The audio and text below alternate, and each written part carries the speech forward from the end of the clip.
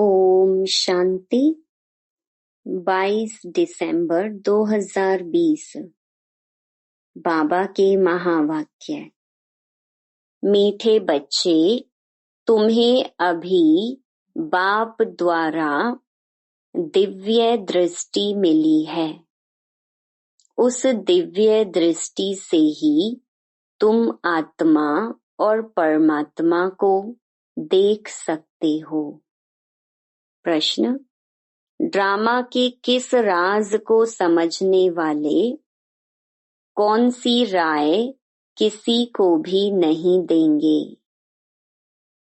उत्तर: जो समझते हैं कि ड्रामा में जो कुछ पास्ट हो गया वह फिर से एक्यूरेट रिपीट होगा, वह कभी किसी को भक्ति छोड़ने की राय नहीं देंगे।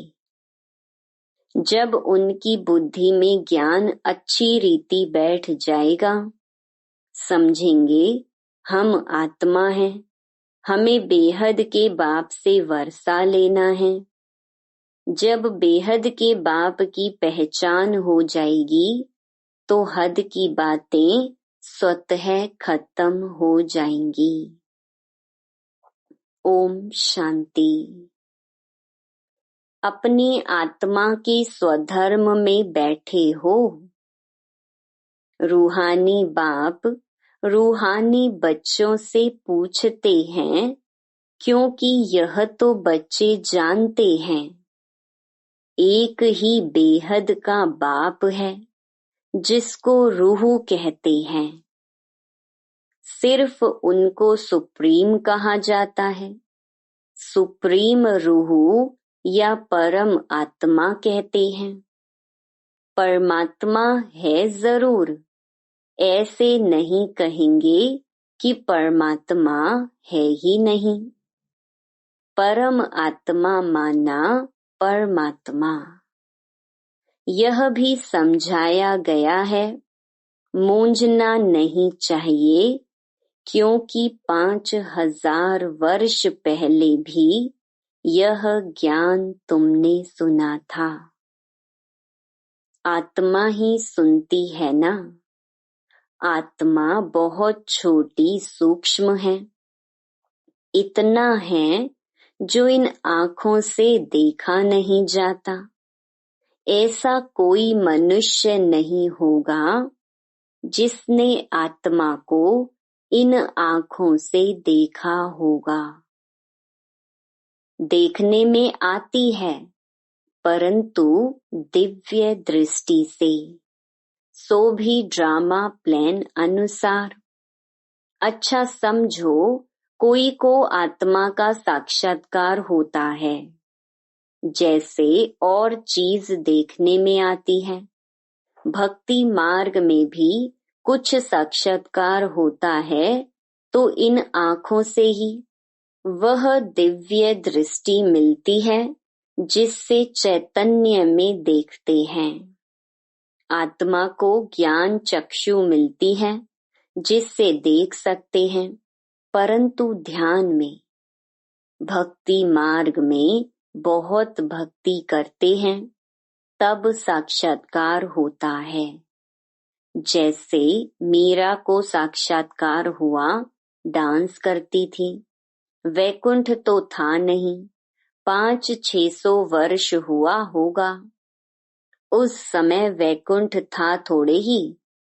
जो पास्ट हो गया है वह दिव्य दृष्टि से देखा जाता है।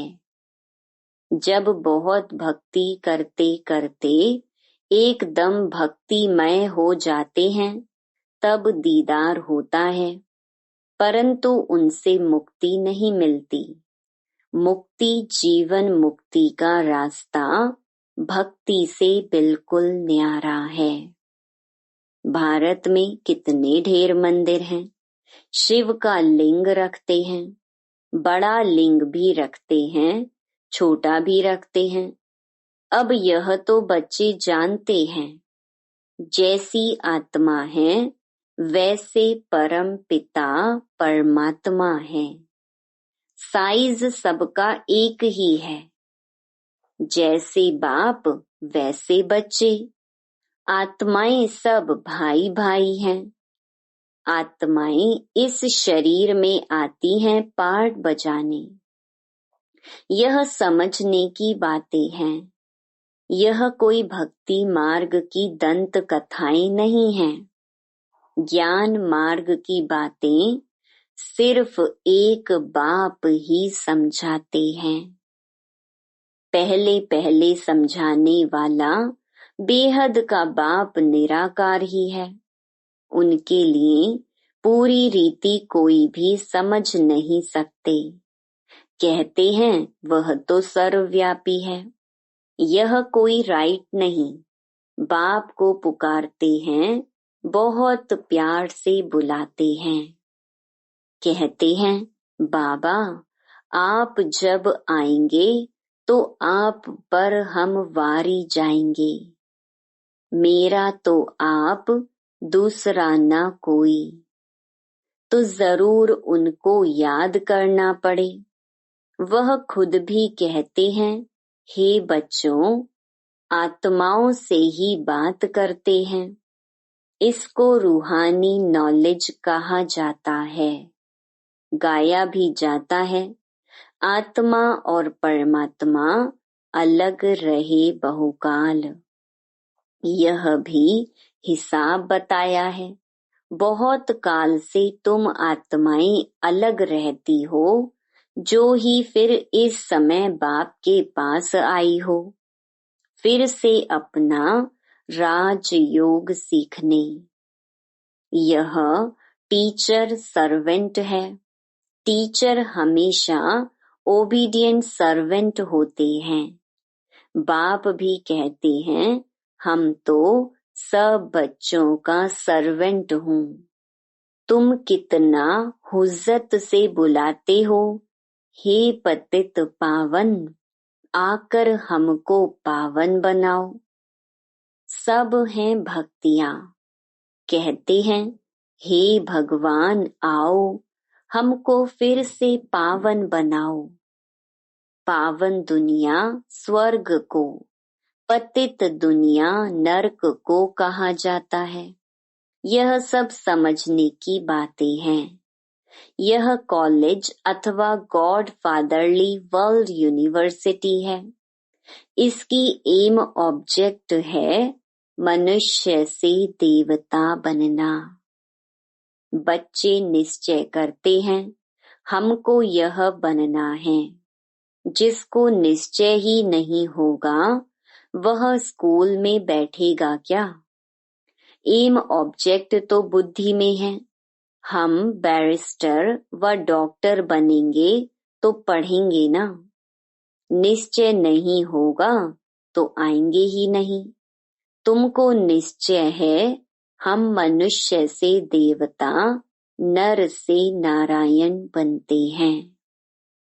यह सच्ची सच्ची सत्य नर से नारायण बनने की कथा है। वास्तव में यह है पढ़ाई। परंतु इनको कथा क्यों कहते हैं?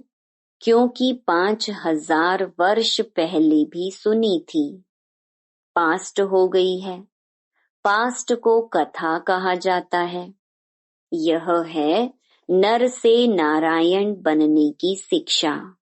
बच्चे दिल से समझते हैं नई दुनिया में देवताएं, पुरानी दुनिया में मनुष्य रहते हैं। देवताओं में जो गुण हैं वह मनुष्यों में नहीं है, इसीलिए उनको देवता कहा जाता है। मनुष्य देवताओं के आगे नमन करते हैं।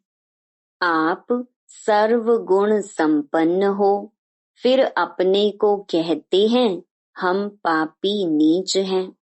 मनुष्य ही कहते हैं, देवताओं को तो नहीं कहेंगे। देवताएं थे सतयुग में, कलयुग में हो ना सके। परंतु आजकल तो सबको श्री श्री कह देते हैं। श्री माना श्रेष्ठ। सर्वश्रेष्ठ तो भगवान ही बना सकते हैं। श्रेष्ठ देवता सतयुग में थे। इस समय कोई मनुष्य श्रेष्ठ है नहीं। तुम बच्चे अभी बेहद का संन्यास करते हो। तुम जानते हो यह पुरानी दुनिया खत्म होने वाली है, इसीलिए इन सब से वैराग्य है। वह तो हैं हठ योगी सन्यासी। घर बार छोड़ निकले, फिर आकर महलों में बैठे हैं। नहीं तो कुटिया पर कोई खर्चा थोड़े ही लगता है, कुछ भी नहीं। एकांत के लिए कुटिया में बैठना होता है, ना कि महलों में। बाबा की भी कुटिया बनी हुई है। कुटिया में सब सुख है। अभी तुम बच्चों को पुरुषार्थ कर मनुष्य से देवता बनना है। तुम जानते हो ड्रामा में जो कुछ पास्ट हो गया वह फिर से एक्यूरेट रिपीट होगा। इसीलिए किसको भी ऐसी राय नहीं देनी है कि भक्ति छोड़ो। जब ज्ञान बुद्धि में आ जाएगा तो समझेंगे हम आत्मा हैं। हमको अब तो बेहद के बाप से वर्षा लेना है। बेहद के बाप की जब पहचान होती है तो फिर हद की बातें खत्म हो जाती हैं।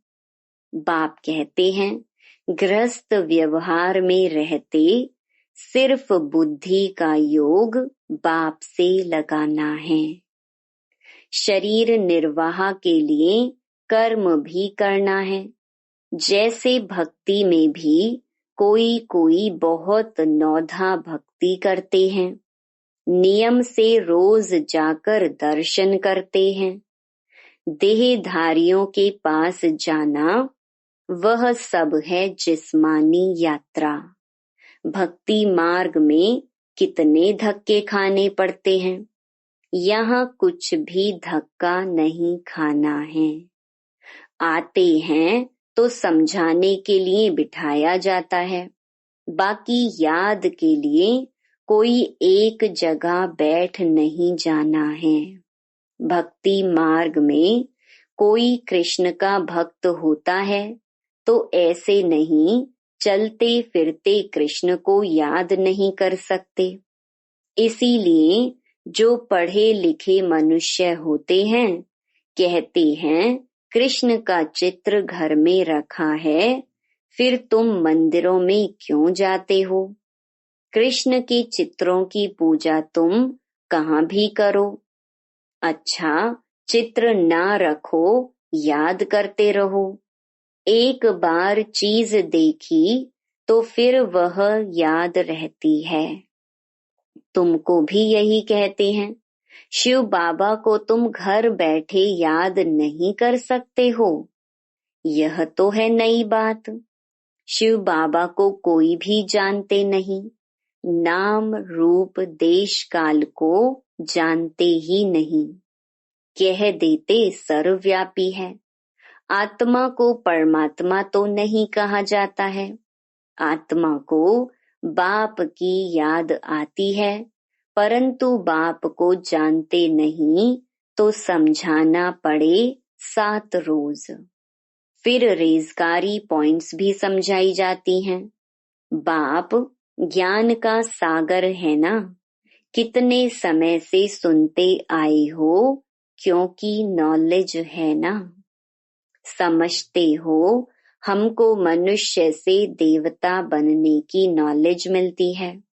बाप कहते हैं तुमको नई नई गुहिया बातें सुनाते हैं। मुरली तुमको नहीं मिलती है तो तुम कितना चिल्लाते हो। बाप कहते हैं तुम बाप को तो याद करो। मुरली पढ़ते हो फिर भी भूल जाते हो। पहले पहले तो यह याद करना है मैं आत्मा हूँ, इतनी छोटी बिंदी हूँ। आत्मा को भी जानना है। कहते हैं इनकी आत्मा निकल दूसरे में प्रवेश किया। हम आत्मा ही जन्म लेते लेते अब पतित अपवित्र बने हैं। पहले तुम पवित्र गृहस्थ धर्म के थे। लक्ष्मी नारायण दोनों पवित्र थे, फिर दोनों ही अपवित्र बने। फिर दोनों पवित्र होते हैं तो क्या अपवित्र से पवित्र बने या पवित्र जन्म लिया? बाप बैठ समझाते हैं कैसे तुम पवित्र थे, फिर वाम मार्ग में जाने से अपवित्र बने हो।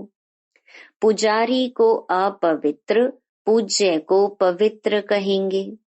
सारे वर्ल्ड की हिस्ट्री ज्योग्राफी तुम्हारे बुद्धि में है।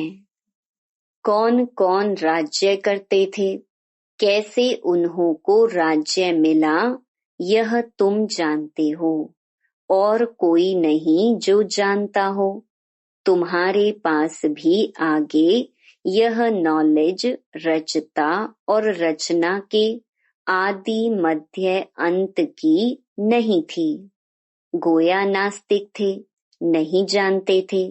नास्तिक बनने से कितना दुखी बन जाते हैं। अब तुम यहाँ आए हो यह देवता बनने, वहाँ कितने सुख होंगे। दैवी गुण भी यहाँ धारण करने हैं। प्रजापिता ब्रह्मा की औलाद भाई बहन ठहरे ना। क्रिमिनल दृष्टि जानी नहीं चाहिए, इसमें है मेहनत। आंखें बड़ी क्रिमिनल हैं, सब अंगों से क्रिमिनल हैं आंखें। आधा कल्प क्रिमिनल, आधा कल्प सिविल रहती हैं। सतयुग में क्रिमिनल नहीं रहती हैं। आंखें क्रिमिनल हैं तो असुर कहलाते हैं। बाप खुद कहते हैं मैं पतित दुनिया में आता हूँ। जो पतित बने हैं उनको ही पावन बनना है। मनुष्य तो कहते हैं यह अपने को भगवान कहलाते हैं। झाड़ में देखो एकदम तमो प्रधान दुनिया के अंत में खड़ा है, वही फिर तपस्या कर रहे हैं। सतयुग से लक्ष्मी नारायण की डायनेस्टी चलती है। संवत भी इन लक्ष्मी नारायण से गिना जाएगा। इसलिए बाबा कहते हैं लक्ष्मी नारायण का राज्य दिखाते हो तो लिखो। इससे 1250 वर्ष के बाद त्रेता। शास्त्रों में फिर लाखों वर्ष लिख दिए हैं। रात दिन का फर्क हो गया ना। ब्रह्मा की रात आधा कल्प, ब्रह्मा का दिन आधा कल्प। यह बातें बाप ही समझाते हैं। फिर भी कहते हैं मीठे बच्चे अपने को आत्मा समझो, बाप को याद करो। उनको याद करते करते तुम पावन बन जाएंगे, फिर अंतमति सुगति हो जाएगी। बाबा ऐसे नहीं कहते हैं यहाँ बैठ जाओ। सर्विसेबल बच्चों को तो बिठाएंगे नहीं। सेंटर्स, म्यूजियम आदि खोलते रहते हैं। कितने को निमंत्रण बांटते हैं, आकर गॉडली बर्थ राइट विश्व की बादशाही लो। तुम बाप के बच्चे हो। बाप है स्वर्ग का रचयिता, तो तुमको भी स्वर्ग का वर्षा होना चाहिए। बाप कहते हैं मैं एक ही बार स्वर्ग की स्थापना करने आता हूँ। एक ही दुनिया है जिनका चक्र फिरता रहता है। मनुष्यों की तो अनेक मतें, अनेक बातें हैं। मत मतांतर कितने हैं, इसको कहा जाता है अद्वैत मत। झाड़ कितना बड़ा है, कितनी टाल टालियां निकलती हैं, कितने धर्म फैल रहे हैं। पहले तो एक मत एक राज्य था। सारे विश्व पर इनका राज्य था। यह भी अभी तुमको मालूम पड़ा है। हम ही सारे विश्व के मालिक थे, फिर 84 जन्म भोग कंगाल बने हैं। अभी तुम काल पर जीत पाते हो, वहां कभी अकाले मृत्यु होता नहीं। यहाँ तो देखो, बैठे बैठे अकाले मृत्यु होती रहती है। चारों तरफ मौत ही मौत है, वहां ऐसे नहीं होता। पूरी एज लाइफ चलती है। भारत में प्योरिटी, पीस, प्रॉस्पेरिटी थी। 150 वर्ष एवरेज आयु थी। अभी कितनी आयु रहती है? ईश्वर ने तुमको योग सिखाया तो तुमको योगेश्वर कहते हैं। वहां थोड़े ही कहेंगे इस समय तुम योगेश्वर हो।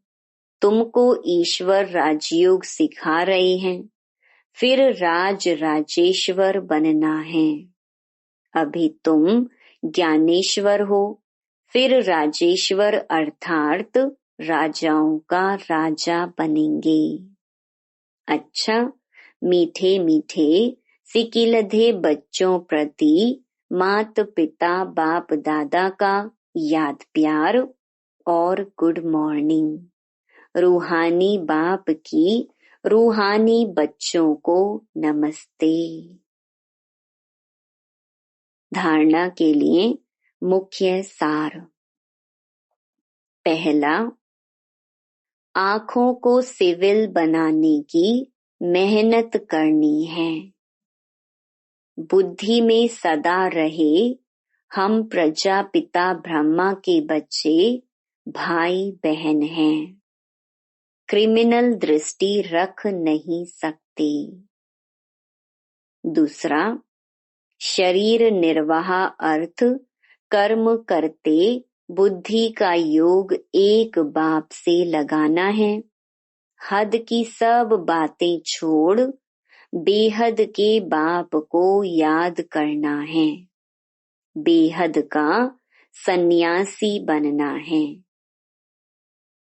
वरदान, सदा अतीन्द्रिय सुख के झूले में झूलने वाले संगम युग की सर्व अलौकिक प्राप्तियों से संपन्न भव। जो बच्चे अलौकिक प्राप्तियों से सदा संपन्न हैं, वो अतीन्द्रिय सुख के झूले में झूलते रहते हैं। जैसे जो लाडले बच्चे होते हैं, उनको झूले में झुलाते हैं, ऐसे सर्व प्राप्ति संपन्न ब्राह्मणों का झूला अतीन्द्रिय सुख का झूला है। इसी झूले में सदा झूलते रहो। कभी भी देह अभिमान में नहीं आना।